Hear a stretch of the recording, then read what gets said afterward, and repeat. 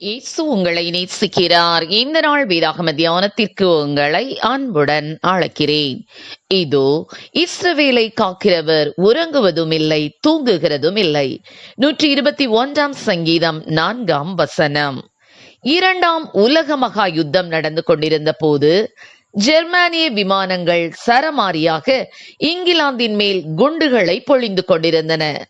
அங்கு அனாதை சிறுவர் இல்லம் நடத்தி கொண்டிருந்த ஒரு முதியவர் இந்த குண்டு வீச்சினால் தன்னுடைய பொறுப்பிலே இருக்கிற அனாதை இல்லத்தின் சிறுவர் சிறுமியர்கள் மரித்து போய் விடுவார்களோ என்று பயந்து கலங்கி பல இரவுகளும் பகல்களும் கண் விழித்து கவனித்துக் கொண்டிருந்தபடியால் மிகவும் சுகவீனப்பட்டார்.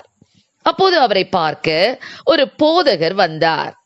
முதியவரின் பலவீனத்திற்கான காரணத்தை கேட்டறிந்தார். பின் அவரிடம், ஐயா, இந்த குழந்தைகளை பார்க்க 2 பேர் கண் விழித்துக் கொண்டிருக்க வேண்டிய அவசியமில்லை. ஒருவர் விழித்துக் கொண்டிருக்கும் போது மற்றவர் தூங்கி இளைப்பாறலாமே என்று சொல்லி 121 சங்கீதம் 4 காண்பித்தார். இதோ இஸ்ரவேலை காக்கிறவர் உறங்குவதும் இல்லை, தூங்குகிறதும் இல்லை என்று. ஆம், உறங்காத கண்களை உடைய கர்த்தர் நமக்கு இருக்கும்போது அவருடைய கரத்திலே பொறுப்பை கொடுத்துவிட்டு நீங்கள் உறங்கலாமே என்று சொன்னார். அந்த வார்த்தைகள் அந்த அனாதை சிறுவர் இல்லத்தின் பொறுப்பாளரை சிந்திக்க வைத்தது. அப்படியே அன்று முதல் அவர் ஜெபத்துடன் கர்த்தருடைய கரத்தில் குழந்தைகள் அனைவரையும் ஒப்புவித்துவிட்டு நிம்மதியாக தூங்கி இளைப்பாறினார். ஆம், என கருமையானவர்களே, உறங்காமலும் தூங்காமலும் நம்மை காக்கிற அன்புள்ள தேவன் நமக்கு உண்டு. உன்னை தொடுகிறவன் என் கண்மணியை தொடுகிறான் என்று வாக்குத்தத்தம் செய்த இரட்சகர் நமக்கு உண்டு. பகலிலே வெயிலாகிலும் இரவிலே நிலவாகிலும் உன்னை சேதப்படுத்துவதில்லை என்று உறுதி கூறியிருக்கிற மீட்பர் நமக்கு உண்டு. ஆகவே நாம் எதற்கும் கலங்க தேவையில்லை, பயப்பட தேவையில்லை.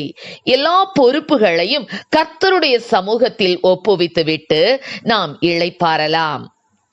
கர்மேல் பர்வதத்தில் பாகால் தீர்க்கதரிசிகளை எலியா தீர்க்கதரிசி கேலி செய்யும் போது, இன்னும் சத்தமாய் உங்கள் தெய்வங்களை நோக்கி கூப்பிடுங்கள், ஒருவேளை உங்கள் தெய்வமாக்கிய பாகால் நித்திரையாய் இருக்கலாம், தூங்கினாலும் தூங்கலாம் என்று சொன்னார். ஆனால் நம் அருமை ஆண்டவர் உறங்குகிறதும் இல்லை, தூங்குகிறதும் இல்லை. ஏன் அப்படி அவர் உறங்காமலும் தூங்காமலும் இருக்கிறார் தெரியுமா? நம்மை பாதுகாப்பதற்காகவே, நமக்கு எந்த தீங்கும் நேரிட்டு விடக்கூடாது என்பதற்காகவே அவர் அப்படி இருக்கிறார்.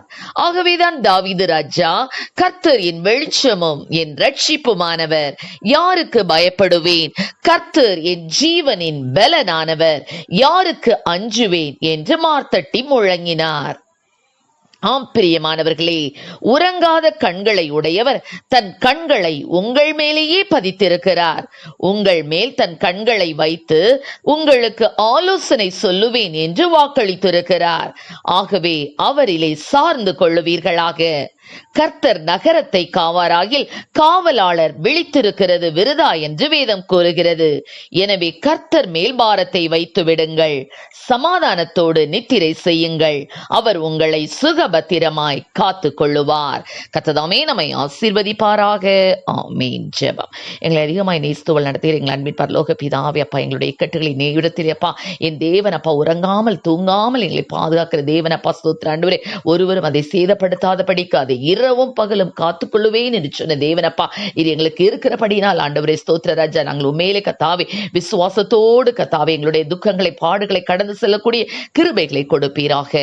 ஆசீர்வதியும். இயேசுவின் நாமத்திலே ஜெபிக்கிறோம் நல்ல பிதாவே. ஆமென்.